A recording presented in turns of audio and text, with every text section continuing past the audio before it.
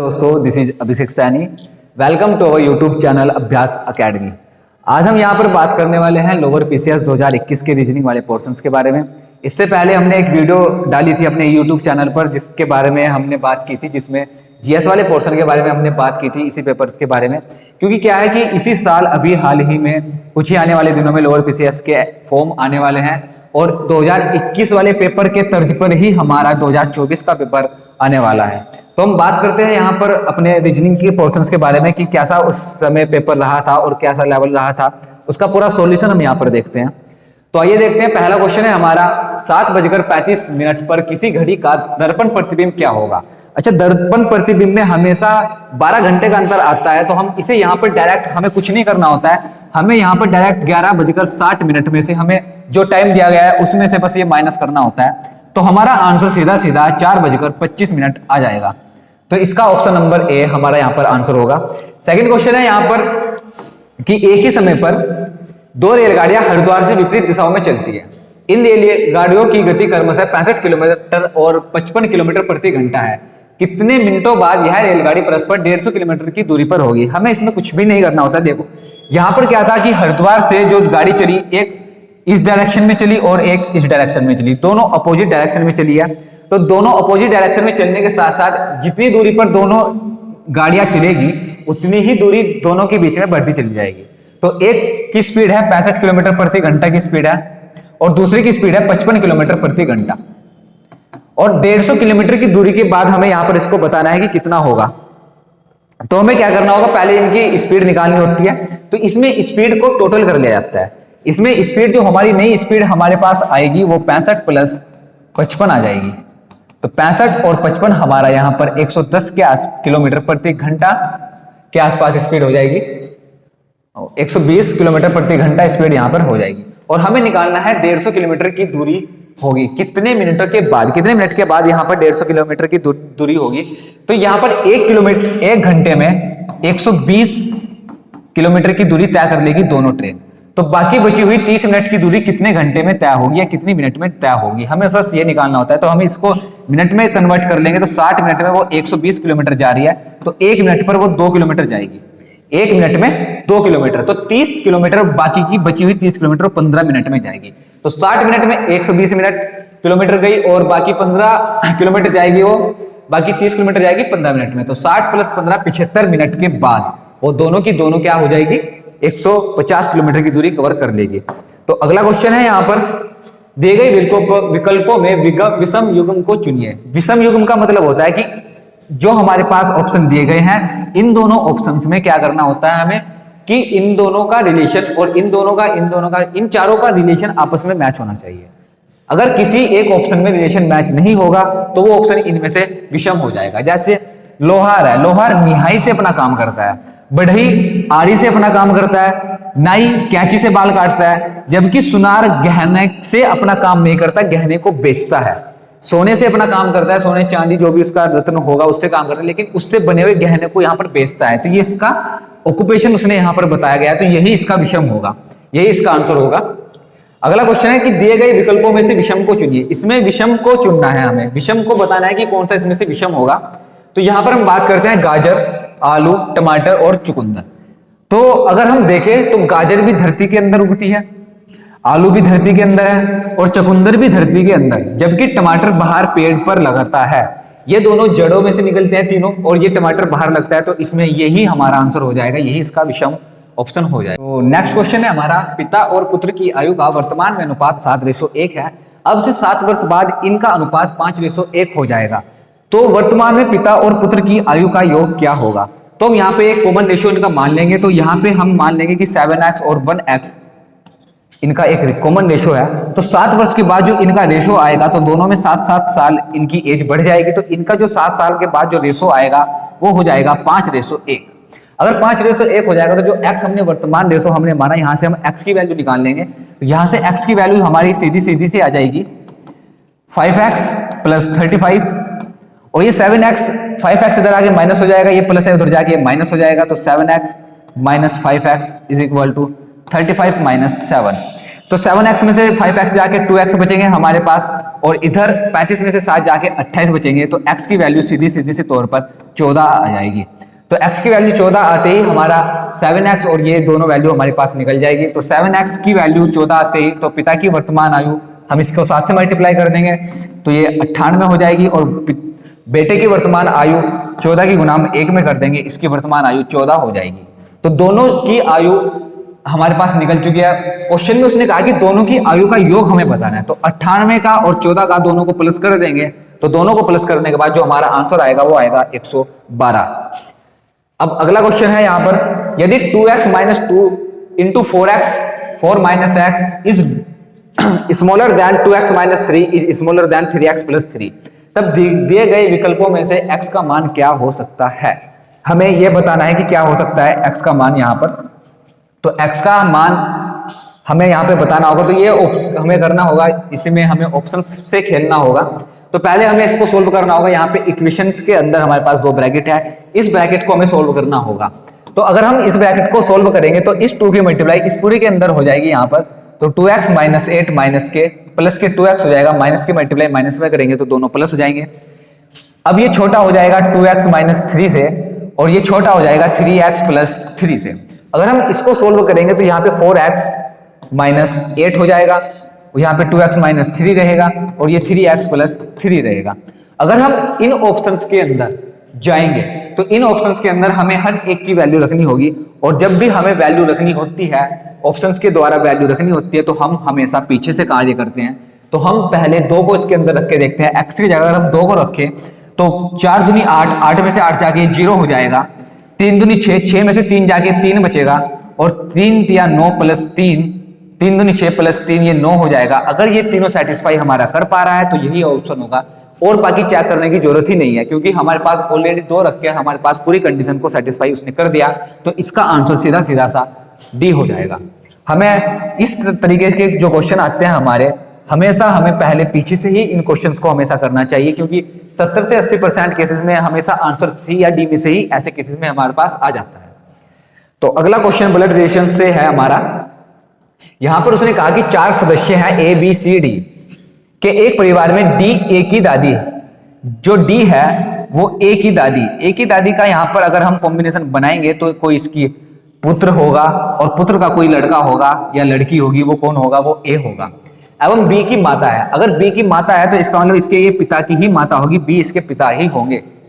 ये सीधी सीधी सी बात है, क्योंकि अगर डी इसकी दादी है और बी की माता है तो बी ए के पिता होंगे, जबकि सी बी की पत्नी है और सी बी की पत्नी है, सी बी की पत्नी है, तो सी ए का क्या संबंध है, तो सी ए का क्या संबंध होगा, तो पिता की पत्नी क्या लगेगी, हमारी माता ही लगेगी, तो सी ए की माँ है। तो इसमें सी का ए के साथ संबंध बताना है, तो माता का इसमें सीधा सीधा सा आंसर हमारा यहां पर आ सकता है।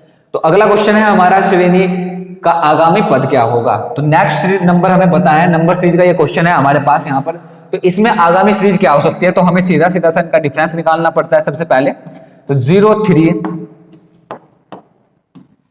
-1 0 3 8, अगर हम इनका डिफरेंस निकालें तो यहां पर सीधा सीधा सा 1 का डिफरेंस है, यहां पर 3 का डिफरेंस है, यहां पर 5 का डिफरेंस है, और अगर हम इनका भी डिफरेंस निकालें तो 2 का डिफरेंस यहाँ पे है, 2 का डिफरेंस यहाँ पे है, तो यहाँ पे भी 2 का डिफरेंस आएगा, तो यहाँ पे 7 हो जाएगा।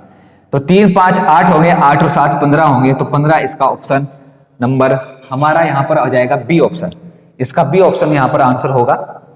नेक्स्ट क्वेश्चन है हमारा यहाँ पर, एक निश्चित कूट भाषा में 1 2 3 का अर्थ होता है हॉट फिल्टर्ड कॉफी, 3 6 5 का अर्थ है हमारा वेरी हॉट डे, और 5 8 9 का अर्थ है डे एंड नाइट। कौन सा अंक वेरी को दर्शाता है, इसमें वेरी का कोड हमें बताना होगा। ये क्वेश्चन है हमारा कोडिंग डिकोडिंग से क्वेश्चन आ रखा है, तो कौन सा अंक वेरी को डिफाइन करेगा, तो वेरी हमें देखना होगा कि वेरी कहां पर आ रहा है, वेरी इसमें भी नहीं है, इसमें भी नहीं है, वेरी सिर्फ यहां पर आ रहा है। तो इसका मतलब ये होगा कि जो वेरी का कोड होगा वो ना तो यहाँ पे होना चाहिए और ना ही यहाँ पे, तो कोई एक ऐसा अंक जो ना तो यहाँ पे रिपीट हो और ना ही यहाँ पे। 3 6 5, तो यहाँ पे 3 कॉमन आ गया, अगर हम 3 को कॉमन करें तो इसका मतलब 3 इसका कोड नहीं हो सकता, क्योंकि 3 यहाँ पर है और इसके अंदर वेरी नहीं है। 6 5 में से यहाँ पर 5 आ गया, 5 नहीं होगा क्योंकि यहाँ पर वेरी नहीं है, तो जो वेरी बचा वेरी का कोड होगा हमारे पास 6, तो इसका आंसर सीधा सीधा सा होगा बी। नेक्स्ट क्वेश्चन है हमारा कि माइनस का अर्थ अगर मल्टीप्लाई हो, मल्टीप्लाई का अर्थ प्लस, प्लस का अर्थ डिवाइड और डिवाइड का अर्थ माइनस हो तो इस इक्वेशन का सही मान क्या होगा। तो हमें सही मान यहां पर निकालना है, इसमें सही मान क्या हो सकता है। तो हमें सिर्फ इसमें साइन को चेंजेस करना है, जो साइन हमें यहां पर बता रखे हैं। तो 40 मल्टीप्लाई की जगह हमें यहां पर प्लस रखना है, प्लस की जगह हमें यहां पर डिवाइड रखना है। डिवाइड का मतलब मैं सीधे सीधे से इसको ऐसे लिख सकता हूं, और माइनस का मतलब है यहां पर मल्टीप्लाई, और डिवाइड का मतलब है माइनस, माइनस के 60। तो अगर मैं इसको यहां पर कट करूं तो यहां पर 4 हो जाएगा, ये 6 4 या 24 हो जाएगा। 40 प्लस 24 माइनस 60, ये 64 बन जाएगा। 64 में से 60 जाके 4 बचेगा, तो 4 जो भी आंसर हमारा आएगा सीधा सीधा सा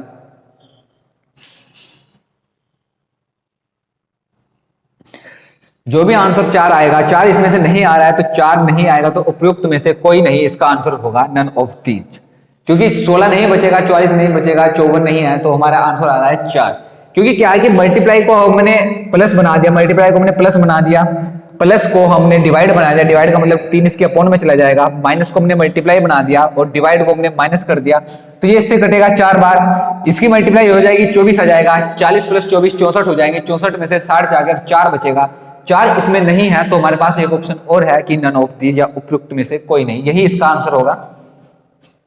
अगला क्वेश्चन है हमारे पास, निम्नलिखित श्रेणी में प्रश्नवाचक के स्थान पर कौन आएगा। तो नंबर सीरीज में से ही अगला एक क्वेश्चन आ गया हमारे पास।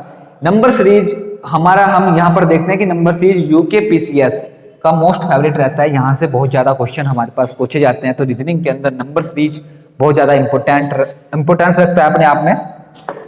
तो अगर हम यहां पर बात करें इस नंबर सीरीज के बारे में, तो 3 8 46 100 210 432, सीधा सीधा सा यहां पर अगर हम देखें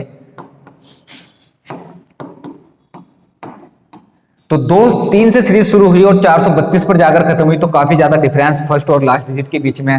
तो इस पूरी सीरीज में कहीं ना कहीं मल्टीप्लाई का यूज हो रहा होगा।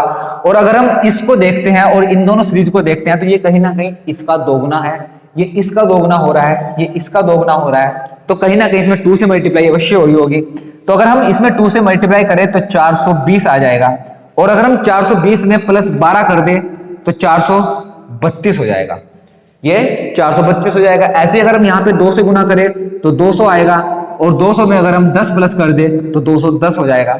ऐसे ही 96 है, अगर 96 से हम 2 से गुना करें, 46 को 2 से गुना करें तो यहाँ पे 92 आएगा, और 92 में अगर हम 8 प्लस कर दे तो 100 बन जाएगा। तो हमें यहाँ पर एक नया पैटर्न देखने को मिला कि अगर हम 2 से मल्टीप्लाई करें तो यहाँ पे 12 ऐड किया हमने, यहाँ पे 10 ऐड किया, यहाँ पे 8 ऐड किया, तो हम यहाँ पर 6 ऐड कर सकते हैं 2 से मल्टीप्लाई करने पे। अगर हम यहां से 2 से मल्टीप्लाई करने पे 6 ऐड करें तो यहाँ पे 2 से मल्टीप्लाई करने पर हमें 4 ऐड करना होगा। 4 6 8 10 12 की सीरीज यहां पर चल रही है, तो 8 दूनी 16 4 20, 8 दूनी 16 और 4 20, तो इसमें जो भी आंसर होगा वो आंसर होगा 20। क्योंकि अगर हम 20 की गुणा 2 में करेंगे तो 40 आएगा, 40 और 6 ऐड करेंगे तो 46 ही आ जाएगा। ऐसे हम क्रॉस चेक भी यहां पर कर सकते हैं। तो ये नंबर सीरीज का एक क्वेश्चन था, और यहां पर आगे चलते हैं, आगे क्वेश्चन देखते हैं हमारे पास 112। क्वेश्चन नंबर 112 जो है, कंसोलेशन शब्द में के अक्षरों से नहीं बनाया जा सकता, यानी कि इसके अंदर जो शब्द हैं उन शब्द का इस्तेमाल करके इनमें से 3 शब्द ऐसे हैं जो हम बना सकते हैं, बाकी एक शब्द ऐसा है जो हम नहीं बना सकते। तो देखते हैं कौन सा शब्द होगा वो।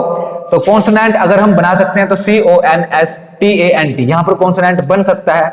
नेशन NATION, नेशन भी बन सकता है। सैल्यूट SALUTE, इसके अंदर ई इस्तेमाल नहीं हो रहा है, तो ई यहां पर भी इस्तेमाल नहीं हो सकता, तो इसका मतलब सैल्यूट ही वो शब्द है जो इससे नहीं बना सकते हम। तो इसका आंसर होगा सैल्यूट। एक पंक्ति में राजू बाएं से 8वें स्थान पर है। अब ये है रो और सीरीज वाला जो क्वेश्चन होते हैं रो के, वहां से ये क्वेश्चन आ रखा है। तो राजू का स्थान बाएं से बताना है। तो राजू का स्थान जब हम बाएं से बताएंगे यहां पर, तो राजू जो हमारा है बाएं का मतलब ये है इधर से, तो राजू इधर से 8वें स्थान पर खड़ा है, ये है उसका 8वां स्थान। एवं रामू बाएं से 9वें स्थान पर है, और रामू बाएं से 9वें स्थान पर है। ये रामू है, यहां पर है हमारा राजू, और ये रामू 9वें स्थान पर है, जो कि दाएं से 5वें स्थान पर है। ये दाएं से 5वें स्थान पर है, यही स्थान दाएं से इसका 5वां है। तो पंक्ति में कितने विद्यार्थी हैं? तो पंक्ति में विद्यार्थी हमको बताने हैं कि कितने होंगे। तो हमें यह बताना है कि इसके अंदर विद्यार्थी कितने हो सकते हैं। तो रामू के बाएं से नोवा है, रामू के बाएं से नोवा है। इसमें थोड़ी कंफ्यूजन होगी यहाँ पे क्वेश्चन को पढ़ने में हमें। तो एक बार वो क्वेश्चन को दोबारा पढ़ते हैं। क्वेश्चन को पढ़कर ही सही से इसका सॉल्यूशन करना होगा। मैं एक पंक्ति में राजू बाएं से 8वां है, इधर से ये 8वां स्थान है और रामू के बाएं से 9वां है। अगर रामू कहीं यहां पर खड़ा होगा तो इसका बायां इधर होगा, यहां से ये 9वें स्थान पर है। यहां से यहां तक का कितना स्थान है इसका? 9वां। और जो रामू है वो पंक्ति के दाएं छोर से 5वें नंबर पर है। इसका मतलब क्या होगा? सीधा सीधा सा 5 बच्चे ये यहां तक है और ये यहां तक 9वें स्थान पर खड़ा है, यानी कि 9, 5, 14। इसका पूरा स्थान यहां से 14 हो जाएगा, 14th नंबर पर ये आ जाएगा इधर से। तो अगर हम इसके बारे में यहां पर इसकी पूरी निकालेंगे नंबर सीरीज को, अगर हम इसको कंप्लीट करेंगे तो 14 और 8 32, 14 और 8 22 होगा। यहां पर 22 माइनस 1 21 विद्यार्थी टोटल होंगे। क्योंकि क्या है कि रामू इधर से 8वें नंबर पर है तो इसके पीछे 7 बच्चे यहां पर खड़े होंगे और इधर से ये 14वें नंबर पर आ रहा है। तो 14 और 7 बच्चे ये जो पूरी लाइन को कंप्लीट करते हैं जिन्हें मिलाकर, तो 14 और 7 21। हम ऐसे भी इनको निकाल सकते हैं। तो इसका जो सीधा सीधा सा आंसर होगा वो ऑप्शन नंबर सी होगा यहां पर। तो आगे चलते हैं। अगला क्वेश्चन है कि दो संख्याओं का औसत, दो संख्याओं का अनुपात 2:5 है। यदि प्रत्येक में 16 जोड़ा जाता है तो अनुपात 1:2 हो जाता है। तो ये संख्याएं क्या है? तो अगर दो संख्याएं हैं हमारी, हमने मान ली कि वो दो संख्याएं हमारे पास, इनका रेशो ये है और इनमें अगर हम 16 को जोड़ दें, इन दोनों संख्याओं में अगर हम 16 को जोड़ दें तो इनका अनुपात 1:2 हो जाएगा। तो हमें बताना है कि वो दोनों संख्याएं कौन सी होगी। तो हम कुछ नहीं करना, हमें सिर्फ क्रॉस मल्टीप्लाई कर देनी है, जैसे हमने क्वेश्चन अभी एक किया था एजिस वाला। तो 4x + 32 = 5x + 16। ये इधर जाके माइनस हो जाएगा, ये इधर जाके माइनस हो जाएगा। तो x की वैल्यू यहां से 16 आ जाएगी। x की वैल्यू जैसे ही 16 आएगी तो 16 की मल्टीप्लाई हम यहाँ पे कर देंगे। तो 16 दूनी 32 और 16 पंजे 80। तो दोनों जो संख्याएं हैं हमारे पास, एक 32 है, एक 80 है। तो ऑप्शन नंबर डी यहां पर इसका आंसर होगा। अगला क्वेश्चन है यहां पर, यदि 2 * 3 = 10 हो, 2 * 3 = 10 हो, 7 * 2 = 9 हो, 6 * 5 66 हो, 8 * 4 96 हो, तो 9 * 7 का मान क्या होगा? तो हमें यहाँ पर एक पैटर्न निकालना होगा जो इन सभी में लग रहा होगा, कॉमन पैटर्न। वही पैटर्न हमें यहाँ पर लगाना होगा। तो अगर हम 2 3 को 10 बनाना हो तो 2 को और 3 को अगर हम ऐड करें तो 5 आएगा और 5 की मल्टीप्लाई अगर हम पहली वाली संख्या से कर दें तो 10 आ जाएगा। ठीक उसी तरह से 7 और 2 9 हो जाएंगे, 9 की मल्टीप्लाई अगर हम 7 से कर दे तो 63 आएगा। 6 और 5 11, 11 की मल्टीप्लाई अगर हम 6 में कर दे तो 66 हो जाएगा। 8 और 4 12, 12 की मल्टीप्लाई अगर हम 8 में करें तो 96 आएगा। ठीक वही पैटर्न हमें यहाँ पे लगाना है। 9 और 7 16 होंगे, 16 की मल्टीप्लाई अगर हम 9 में करेंगे तो 144 हमारा आंसर आ जाएगा। तो ऑप्शन नंबर बी इसका आंसर होगा। तो नेक्स्ट बात करते हैं, यहाँ पर अगला क्वेश्चन है हमारा, यदि दी गई तालिका में लुप्त मान का बताना है हमें कि लुप्त मान क्या होगा दी गई तालिका में। तो लुप्त मान हमें ये वाली संख्या हमें निकालनी है, क्या होगी? तो हमें इन तीनों में कोई पैटर्न निकालना होगा, फिर इन तीनों में कोई पैटर्न निकालना होगा, वही पैटर्न हमें यहाँ पर लगाना होगा। तो अगर हम बात करें यहाँ पर पहले नंबर में, तो 25 44 और 60। तो 25 का अगर मैं क्यूब रूट करूं तो 5 आएगा, स्क्वायर रूट, और 144 का स्क्वायर रूट करें तो 12 आएगा, और इन दोनों की मल्टीप्लाई करें तो 60 यहाँ पर आ जाएगा। ठीक उसी तरह पे यहाँ पे 9 और यहाँ पे 15, 15 9 में 135 होगा। तो ठीक उसी तरह से यहाँ पे 7 आ जाएगा और यहाँ पर 17 आ जाएगा। 17 का स्क्वायर 289 होता है। तो 17 का अगर हम 17 में 7 की मल्टीप्लाई करेंगे तो हमारा सीधा सीधा आंसर 119 आ जाएगा। तो इसका ऑप्शन नंबर ए होगा। आगे चलते हैं, अगला क्वेश्चन है हमारे पास, 400 मीटर लंबी एक रेलगाड़ी एक खंभे को 32 सेकंड में पार कर लेती है। तो रेलगाड़ी की गति क्या होगी? हमें रेलगाड़ी की गति निकालनी होगी, क्या होगी? तो रेलगाड़ी की गति यहाँ पर सीधा सीधा सा, एक अगर कोई स्थिर है, कोई खंबा है या कोई आदमी अगर रेलगाड़ी से अपनी स्पीड से पार कर रही है तो इसकी जो ट्रेन की लंबाई होगी और जो टाइम उसे पार करने में लेगी, वही दोनों को अगर हम डिवाइड करेंगे तो वही स्पीड हो जाएगी ट्रेन की। बस हमें यहाँ पर इस मीटर को किलोमीटर में चेंज करना होगा और सेकंड को घंटों में चेंज करना होगा, क्योंकि हमारे पास ऑप्शन सारे प्रति किलोमीटर, किलोमीटर प्रति घंटे में है। तो अगर हम बात करें तो यहाँ पर स्पीड का फॉर्मूला क्या क्या होगा, सीधा सीधा सा speed is equal to distance upon time होगा, डिस्टेंस अपॉन टाइम। तो डिस्टेंस हमारे पास जितनी ट्रेन की लंबाई वही हमारे पास डिस्टेंस होगी, और टाइम है 32 सेकंड। अगर हमें इससे सेकंड मीटर पर सेकंड को अगर हमें किलोमीटर पर आवर में चेंज करना होगा तो हम यहाँ पर सीधा सीधा सा 18/5 से मल्टीप्लाई कर देते हैं। अगर हम इसके 18/5 से मल्टीप्लाई करेंगे तो हम इसको सीधा सीधा सा सोल्व कर देंगे। यहाँ पर 5 9 45, 5 6 30, और ये हो जाएगा हमारा 6 3 18, और 2 से अगर हम इसे काटे तो 9 आ जाएगा, 2 से काटे तो 16 आ जाएगा, और 16 से अगर हम इसको काटे तो 6 आ जाएगा, तो 6 9 54, 54 किलोमीटर प्रति घंटा जो हमारी स्पीड आएगी वो आ जाएगी 54 किलोमीटर प्रति घंटा की स्पीड। तो ऑप्शन नंबर सी इसका आंसर हो जाएगा हमारा 54 किलोमीटर प्रति घंटा। आगे चलते हैं। अगला क्वेश्चन फिर से एक बार नंबर सीरीज का आ गया, और नंबर सीरीज में हमें क्यू के स्थान पर बताना है कि क्या आएगा। तो क्यू के स्थान पर अगर हम बात करें तो जो नंबर सीरीज है, अगर हम इनका डिफरेंस निकालें, अगर हम इनका डिफरेंस निकालते हैं तो यहाँ पर 2 का डिफरेंस है, यहाँ पर 9 का डिफरेंस है, यहाँ 2 का डिफरेंस है, फिर 9 का डिफरेंस है, फिर 2 का डिफरेंस है। तो यहाँ पर 9 का डिफरेंस हो जाएगा, और 30 और 9 39 हो जाएंगे। तो ऑप्शन नंबर इसका सीधा सीधा डी हो जाएगा। इसमें कुछ नहीं करना, सिर्फ एक ही बार डिफरेंस हमने निकाला, और डिफरेंस निकालते ही हमारा सीधा सीधा सा आंसर आ गया 39। अगला क्वेश्चन अगर हम बात करें तो अगला क्वेश्चन है 0.01 प्लस 0.01 का स्क्वायर का मान क्या होगा। तो 0.01 तो सेम रहेगा ऐसे ही, यहाँ पर 0.01 तो ये रहेगा।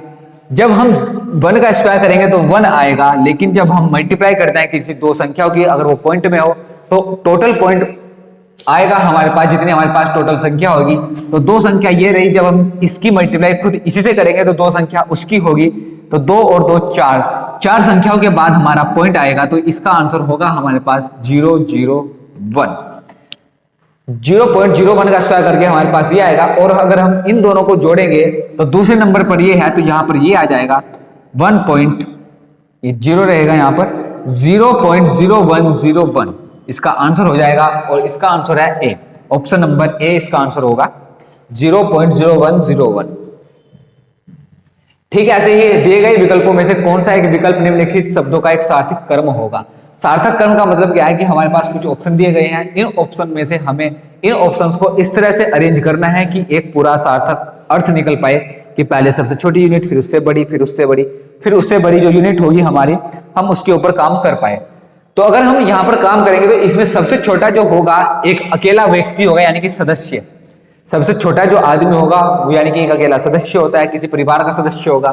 तो सदस्य किसी परिवार का होगा तो परिवार आ जाएगा, परिवार किसी समुदाय से होता है तो समुदाय आ जाएगा, और समुदाय किसी मोहल्ले में रहता है तो मोहल्ला हो जाएगा, और मोहल्ला किसी एक राष्ट्र में या किसी देश में रहते हैं तो राष्ट्र हो जाएगा। तो जो इसका ऑप्शन बनेगा सदस्य से लेकर परिवार, फिर समुदाय, मोहल्ला और राष्ट्र, यानी कि 3 1 2 4 5।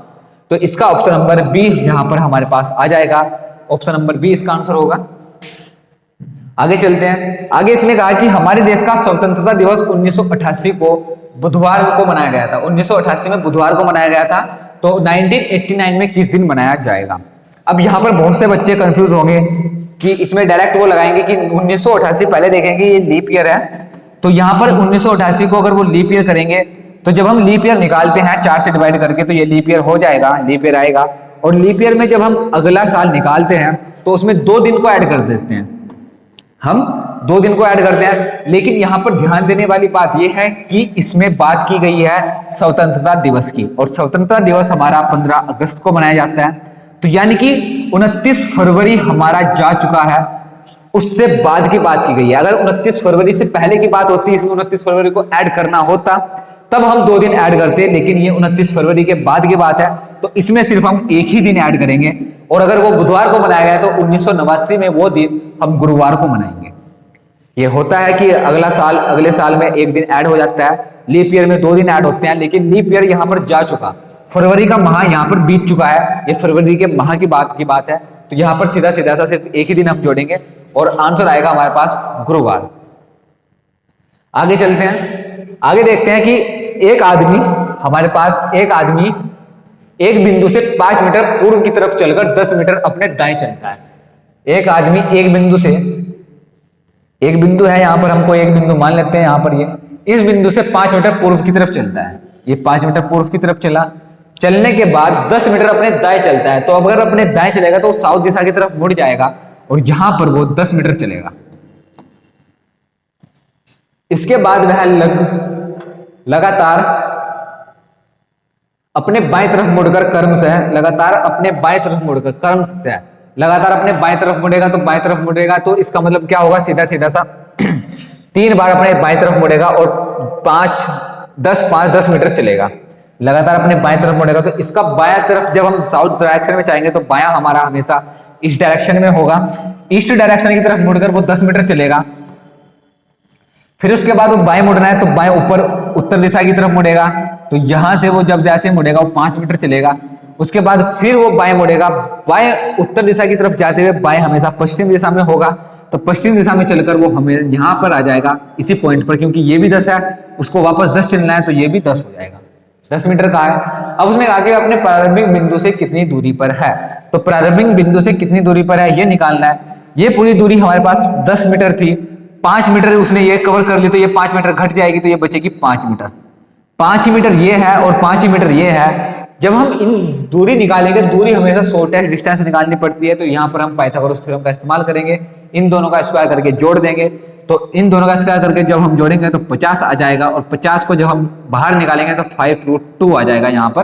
तो इसका ऑप्शन सीधा सीधा ऑप्शन नंबर सी होगा। जो शॉर्टेस्ट डिस्टेंस होगी ये प्रारंभिक बिंदु से और जो वो वहां पर पहुंच चुका है वो 5√2 होगी। अगला क्वेश्चन है हमारा कि श्रेणी 8, 13, 20, 29, 40 का अगला पद क्या होगा। आप लोग देख पा रहे हैं यहाँ पर ये नंबर सीरीज से लगभग चौथा या 5वां पर्सन है। 50 क्वेश्चन में 5 पर्सन एक ही चैप्टर से, एक ही टॉपिक से होना बहुत बड़ी बात होती है। तो नंबर सीरीज यूके पीसीएस का बहुत ज्यादा फेवरेट रहता है। आने वाले पेपरों में बच्चे ध्यान दें कि आने वाला पेपर है जो हमारे, उसके अंदर हम नंबर सीरीज के ऊपर ज्यादा फोकस रखेंगे। तो 8, 13, 20, 29, 40 हमें सिर्फ इनका डिफरेंस निकालना है। डिफरेंस जब हम यहाँ पर निकालेंगे तो यहाँ पर 5 का डिफरेंस है, यहाँ पर 7 का डिफरेंस है, यहाँ 9 का है, यहाँ 11 का है, तो यहाँ 13 का डिफरेंस हो जाएगा। 2-2 का डिफरेंस बढ़ता जा रहा है तो 40 और 13 53 हो जाएंगे। आंसर नंबर बी इसका आंसर होगा। अगला क्वेश्चन इसने दिया है कि निम्नलिखित आकृतियों में कौन सी आकृति अन्य आकृतियों से भिन्न है। अन्य आकृतियों से भिन्न का मतलब होगा कि कोई एक पैटर्न होगा जो सभी में लगा हुआ होगा, किसी एक ने वो पैटर्न को तोड़ रखा होगा। तो हम यहाँ पर अगर देखें तो सर्कल सभी के अंदर कॉमन हमें दिखाई दे रहा है, तो सर्कल तो सभी के अंदर कॉमन है। उसके बाद बाहर वाली सीरीज को अगर हम देखें तो किसी में स्क्वायर है, किसी में हेक्सागन है, किसी में ट्रायंगल है, उसमें भी स्क्वायर है। अगर हम उसके बाद बाहर चले तो यहाँ पे हेक्सागन है, यहाँ पे स्क्वायर है, यहाँ पे सर्कल है, लेकिन यहाँ पे फिर हेक्सागन है। इसका मतलब क्या है कि ये दोनों पैटर्न सेम हो गए, अंदर वाली शेप और बाहर वाली शेप दोनों सेम हो गई, जबकि इसमें दोनों शेप डिफरेंस है, यहाँ पे भी दोनों शेप का डिफरेंस है और यहाँ पे भी दोनों शेप डिफरेंस है। तो इसका मतलब ऑप्शन नंबर ए, इसका ए पार्ट इसका गलत होगा, यानी कि ए इन सब से भिन्न होगा। तो ऑप्शन नंबर डी इसका आंसर होगा। डी इसका आंसर हो जाएगा। आगे चलते हैं। अगर हम आगे बात करें तो आगे उसने कहा a dot B is equal to 16 है, b dot C is equal to 24 है, a dot C is equal to 6 है। तो a dot b dot C का मान क्या होगा, हमें सिर्फ ये निकालना है। तो a b c को अगर हम कॉमन करेंगे तो हमें पहले इन तीनों चीजों को कॉमन करना होगा। अगर हम यहाँ पर कॉमन करेंगे तो अगर हम यहाँ पर देखें इनका मान, तो यहाँ पर अगर हम देखते हैं तो ये मल्टीप्लाई है। a डॉट बी को अगर हम मल्टीप्लाई में लिखें तो a multiply b upon b into C. a multiply b की वैल्यू हमारे पास 16 थी, तो b मल्टीप्लाई c की वैल्यू हमारे पास 24 थी। b से b को अगर हम काट दें तो a upon C is equal to हो जाएगा, यहां पर हमारा 4 से हम इसको काट सकते हैं, 4 और 6, 4/6 यहां पर हो जाएगा। तो 4/6 का होने के साथ साथ अगर हम ये यहां से a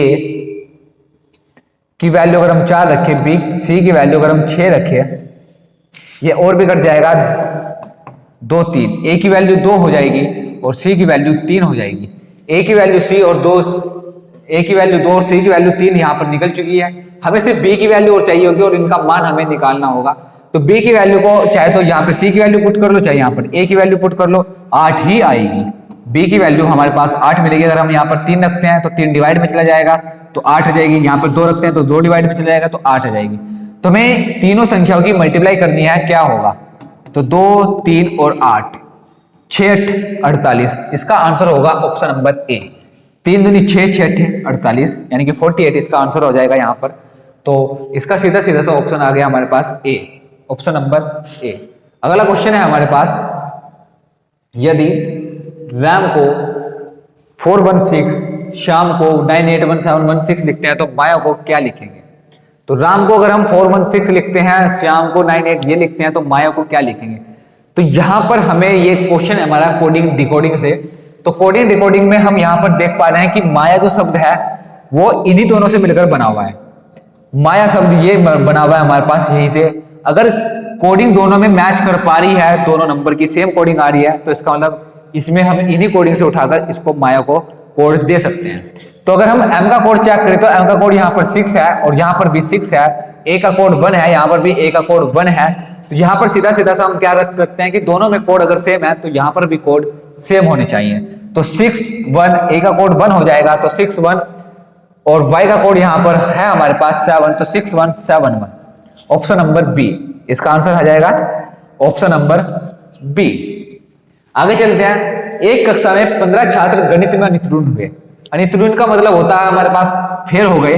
15 छात्र अनुत्तीर्ण हुए और 20 भौतिक में अनुत्तीर्ण हुए, और दोनों सब्जेक्ट के मिलाकर 10 बच्चे हमारे पास ऐसे थे जो फेल हो गए। तो यानी कि दोनों सब्जेक्ट के बच्चे मिलाकर 10 है।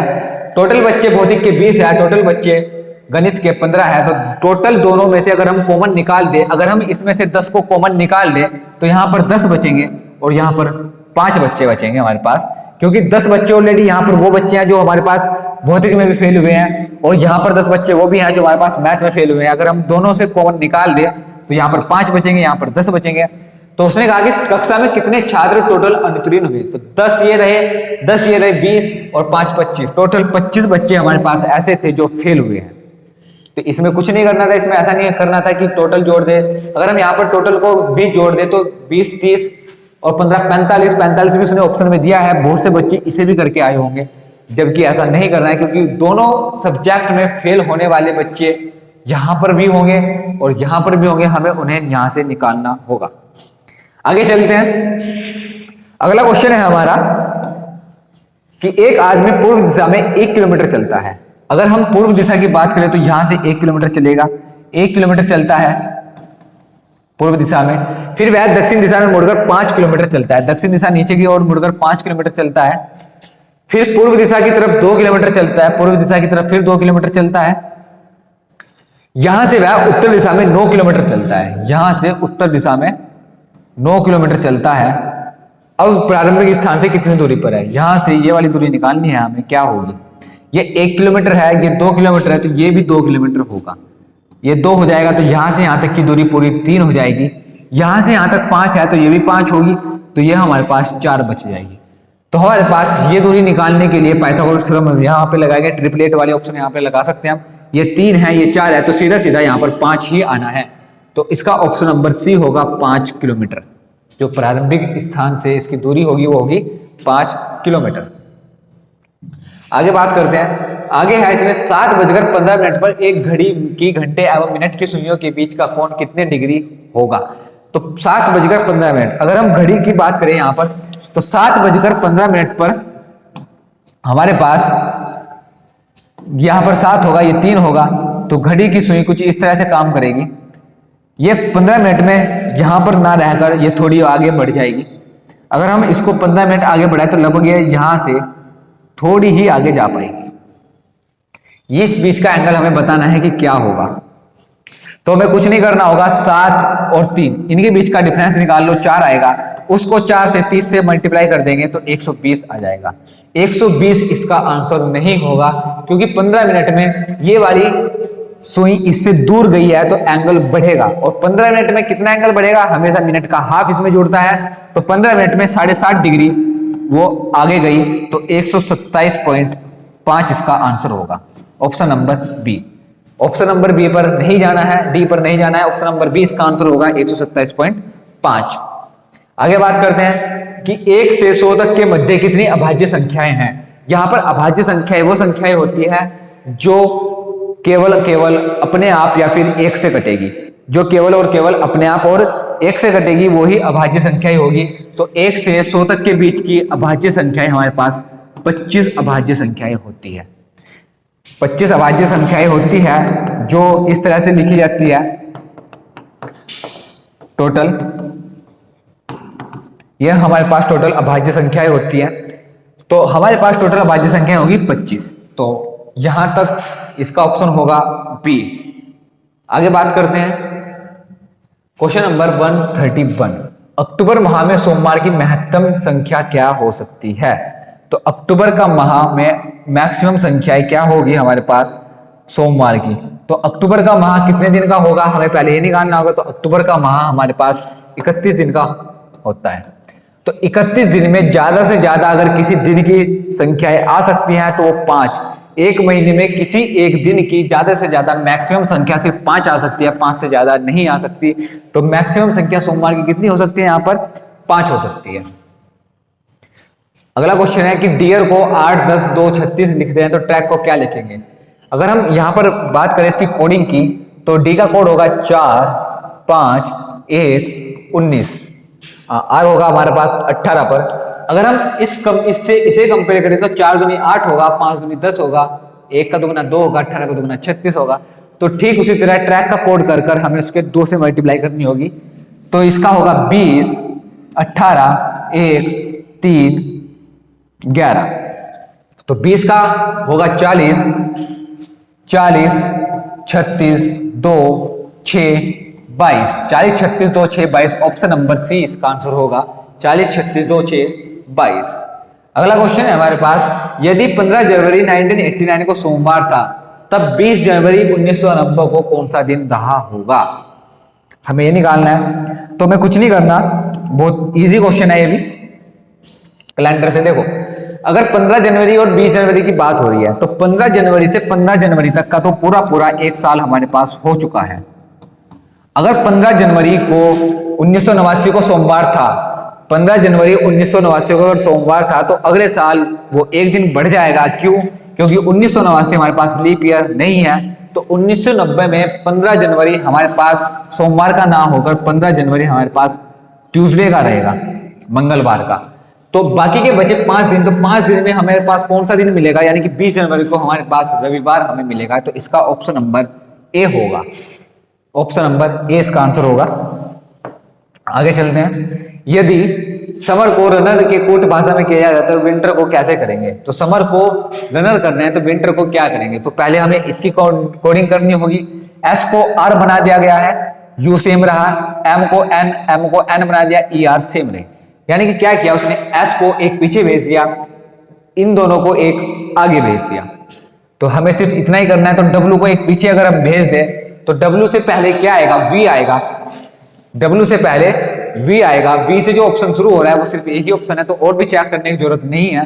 तो इसका ऑप्शन नंबर बी होगा, यहां पर आंसर होगा हमारा। आगे बात करें अगर, तो यदि एफ ए का भाई है, ब्लड रिलेशन से एक और क्वेश्चन यहां पर है हमारा।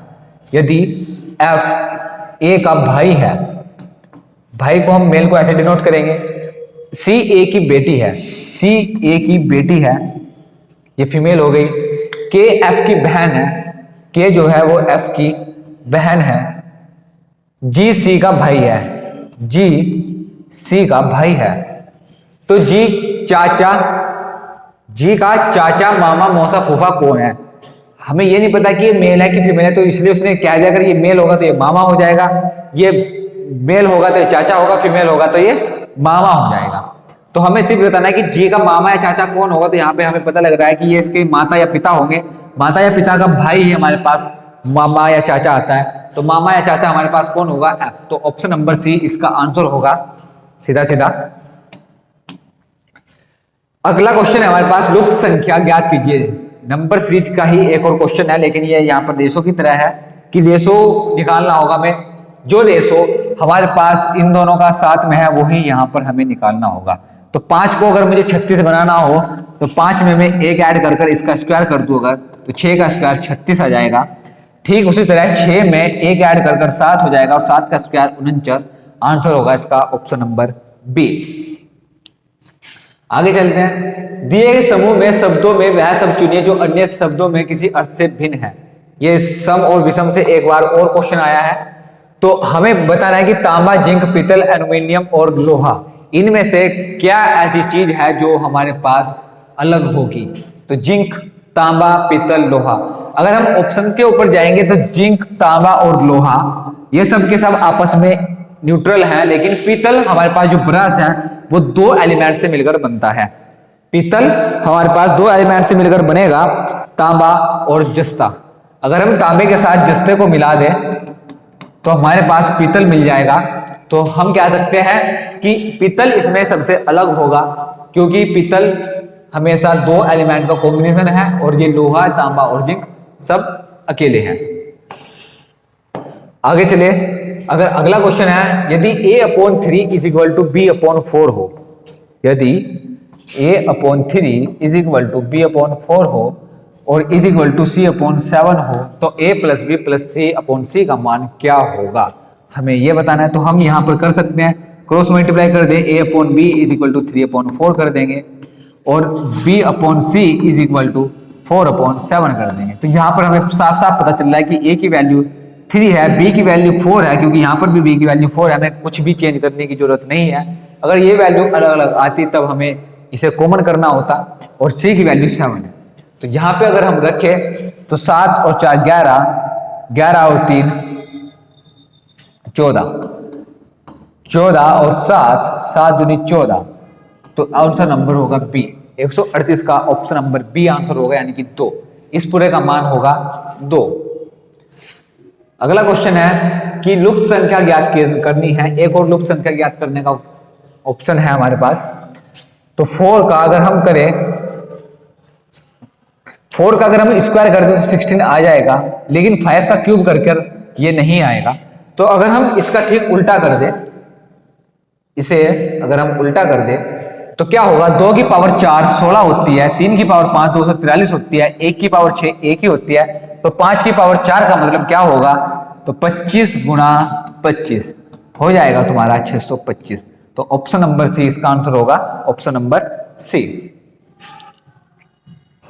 अगला क्वेश्चन है कि दिए गए विकल्पों में कौन सी संख्या में यह गुण है कि इसकी विभाजकों का योग संख्या का 2 गुना है। ऐसी कौन सा इनमें विभाजन होगा, या कौन सी संख्या है जिसकी विभाजन का योग क्या होगा, इसके 2 गुना होगा। तो इस टाइप के क्वेश्चन जो मैंने अभी बताया था कि जो हमें ऑप्शन से करने होते हैं, हम लास्ट से शुरू करेंगे। तो 28 के अगर हम 28 के विभाजकों का योग करें तो 28 के विभाजक होते हैं 1 2 4 7 14 28। अगर हम इनको प्लस करेंगे तो 14 और 7 21 और 4 25 और 2 27 और 1 28 प्लस 28 28 दूनी 56, 28 का 2 गुना हो गया। हमें यही मिल गया कि 28 का 2 गुना 56 है। क्वेश्चन में यही कहा है कि इसके विभाजकों का योग इसकी संख्या से 2 गुना हो, तो वही इसका आंसर होगा। तो ऑप्शन नंबर डी ही इसका आंसर होगा, और बाकी चेक करने की भी हमें यहाँ पर आवश्यकता नहीं है। अगला क्वेश्चन हमारा है, दिए गए विकल्पों में से विषम संख्या को चुनिए। विषम संख्या को ही यहाँ पर एक बार फिर से चुनना है हमें। तो 115, 135, 196 और 164। अगर हम यहाँ पर बात करें तो 115 किसी का स्क्वायर नहीं है, 196 14 का स्क्वायर है, 135 किसी का नहीं है, 164 किसी का नहीं है। तो इसका मतलब हम कह सकते हैं कि 3 संख्या हमारे पास ऐसी है जो एक परफेक्ट स्क्वायर नहीं है, बाकी बचा 196 एक परफेक्ट स्क्वायर है। तो यही इन सबसे अलग है, तो यही इसका आंसर होगा, ऑप्शन नंबर बी। आगे चलते हैं। यहां पर बताया गया है कि 3 प्राकृतिक संख्याओं के वर्गों का योग 138 है। 3 प्राकृतिक संख्या है हमारी और उनका वर्गों का योग 138 है। यानी कि अगर हम बात करें तो A square plus B square plus C square is equal to 138 हो जाएगा, तथा दो संख्याओं के गुणनफल का योग 131 है। और दो संख्याओं के गुणनफल का योग का मतलब होगा AB plus BC plus CA is equal to 131। तो प्राकृतिक संख्याओं का योग क्या होगा, हमें प्राकृतिक संख्याओं का योग निकालना होगा यहाँ पर। तो यहाँ पर हम सीधा सीधा सा इसमें एक फॉर्मूला लगा देंगे, A plus B plus C का होल स्क्वायर, जो होगा हमारा A square plus B square plus C square is equal to 2 of AB plus 2AB 2BC plus 2CA, ये हमारे पास होगा। तो इसमें से हम 2 को कॉमन ले लेंगे और 2 को अगर हम डिवाइड कर दें तो यहां पर हो जाएगा हमारा 138 प्लस 2 इंटू 131। तो 138 को अगर हम प्लस करेंगे, इसका अगर हम प्लस करेंगे तो 2 6 2, तो यहां पर अगर हम 138 और 262 को प्लस करेंगे तो आएगा हमारे पास 400। तो A plus B plus C का होल स्क्वायर है 400, तो स्क्वायर को हटाने के लिए इसका हमें रूट करना होगा। तो रूट 400 का रूट करेंगे तो आएगा B। तो तीनों संख्याओं का योग क्या आया हमारे पास 20, तो ऑप्शन नंबर बी इसका आंसर होगा 20। आगे चलते हैं। दिए गई आकृति में कुल आयत कितने होंगे, यानी कि हमें रेक्टेंगुलर निकालने हैं। आयत का मतलब होता है रेक्टेंगल, तो हमें रेक्टेंगुलर बताने हैं कितने होंगे। अगर हम रेक्टेंगुलर की बात करें तो एक सीधा सा नंबरिंग हमें कर देनी होती है। यहाँ पर जितने भी बॉक्स होते हैं हमारे पास नंबरिंग हम कर देंगे, जितने बॉक्स इस रो में होंगे या जितने बॉक्स इस रो में होंगे उन पे नंबरिंग हम कर देंगे। नंबरिंग करने के बाद इनकी हमें मल्टीप्लाई वगैरह कर देनी है और उनको ऐड कर देना है, बस यही हमारे पास इसका आंसर होगा। अगर हम इसके काउंट भी करें तो काउंट करने के बाद एक बार हमें काउंट करके दिखा देते हैं पहले। तो अगर हम रेक्टेंगल की बात करें तो एक रेक्टेंगल यहां पर ये बन रहा है 1 2 3 4 5 रेक्टेंगल तो हमारे पास ये बन चुके हैं। लेकिन जब हम इनको जोड़ेंगे आपस में तो एक रेक्टेंगुलर ये बनेगा 6, एक ये बन जाएगा 7, एक ये बन जाएगा 8 और एक ये बन जाएगा 9। यहां पर सीधा सा इसका आंसर हो जाएगा 9। तो ऑप्शन नंबर बी इसका आंसर होगा 9। आगे बात करते हैं। उस विकल्प को चुने जो अन्य विकल्पों से भिन्न है। भिन्न ही बताना है यहां पर फिर से एक बार और। तो अगर हम गिरगिट, मगरमच्छ, घड़ियाल और टेढ़ी में बात करें तो अगर हम गिरगिट और मगरमच्छ और घड़ियाल को देखते हैं तो ये सरीसृप के प्राणी हैं सारे। एक किंगडम होता है बायोलॉजी के अंदर सरीसृप, उसके तीनों प्राणी हैं, लेकिन टेढ़ी सरीसृप में नहीं आता है। तो यहां पर इसमें विषम हो जाएगा टेढ़ी। टेढ़ी इसका आंसर होगा। आगे, जैसे दृश्य रोशनी से संबंधित है उसी प्रकार श्रव्य, जैसे दृश्य हमारे पास दृश्य जो होता है वो रोशनी के द्वारा ही हमें देखने को मिलता है। तो जब हम सुनते हैं तो किसी नाटक से, शोर से या ध्वनि से ना सुनकर हम किसी आवाज से हम सबसे पहले सुनते हैं। तो इसका ऑप्शन नंबर ए होगा 145 का ऑप्शन नंबर ए हमारे पास आंसर होगा। अगला क्वेश्चन है कि ए किसी कार्य को करने में 5 दिन लगाता है। ए की जो इफिशियंसी है काम करने की वो 5 दिन की है, बी की 10 दिन की है और सी की 30 दिन की है। यदि तीनों मिलकर कार्य पूरा करें तो कितने दिन में कर लेंगे। तो हमें सीधा कुछ नहीं करना है, इनकी एक एलसीएम ले लेंगे, इनका एलसीएम 30 आ जाएगा। तो इसकी इफिशियंसी है 6 की, इसकी इफिशियंसी है 30 की, उसकी इफिशियंसी है 1 की। तो इन तीनों को इफिशियंसी को प्लस कर हमें टोटल एलसीएम से डिवाइड कर देंगे तो इसका पूरा आंसर निकल जाएगा 6 3 9 1 10 टोटल इफिशियंसी है। टोटल वर्क है हमारे पास 30, तो 10 से अगर हम 30 को भाग करेंगे तो 3 दिन में हमारे पास आंसर आ जाएगा कि 3 दिन इसका आंसर होगा। कि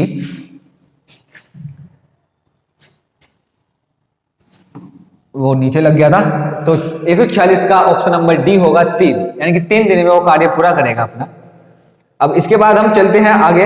अगला क्वेश्चन बहुत ज्यादा कंफ्यूजिंग क्वेश्चन था, बच्चे देख के भी कह रहे थे कि किस टाइप से है। ये कुछ नहीं है, ये 2 की डिग्री या 3 की डिग्री या 4 की डिग्री ना होकर हम इसे लिखेंगे 2 की पावर 0, 3 की पावर 0 या 4 की पावर 0।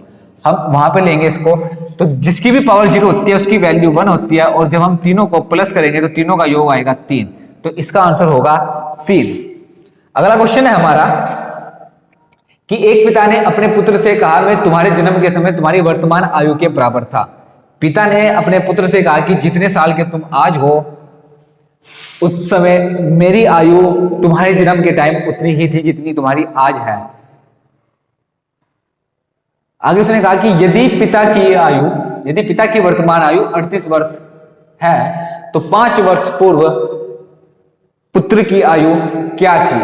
इसमें पुत्र की आयु निकालनी है कि 5 वर्ष पूर्व पुत्र की आयु क्या थी। उसके लिए हमें पहले प्रेजेंट आयु निकालनी होगी। इसकी प्रेजेंट आयु निकालने के लिए हमें इसमें करना पड़ेगा कि पुत्र ने कहा पिता ने अपने पुत्र से कहा कि मैं तुम्हारे जन्म के समय तुम्हारी वर्तमान आयु के बराबर था, तो हमने पुत्र की वर्तमान आयु हमने x मान ली।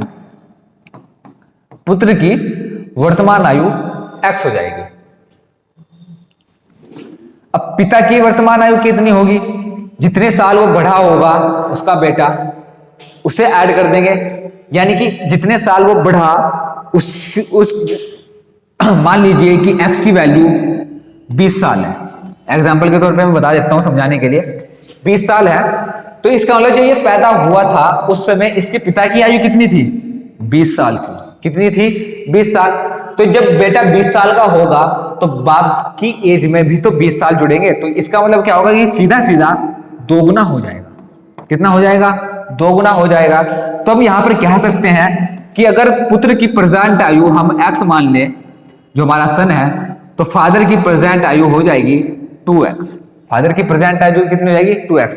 क्वेश्चन में उसने कहा कि पिता की वर्तमान आयु 38 साल है, तो हम कह सकते हैं कि वर्तमान आयु 38 साल है तो x की वैल्यू हो जाएगी 19 साल। कितनी हो जाएगी, 19 साल।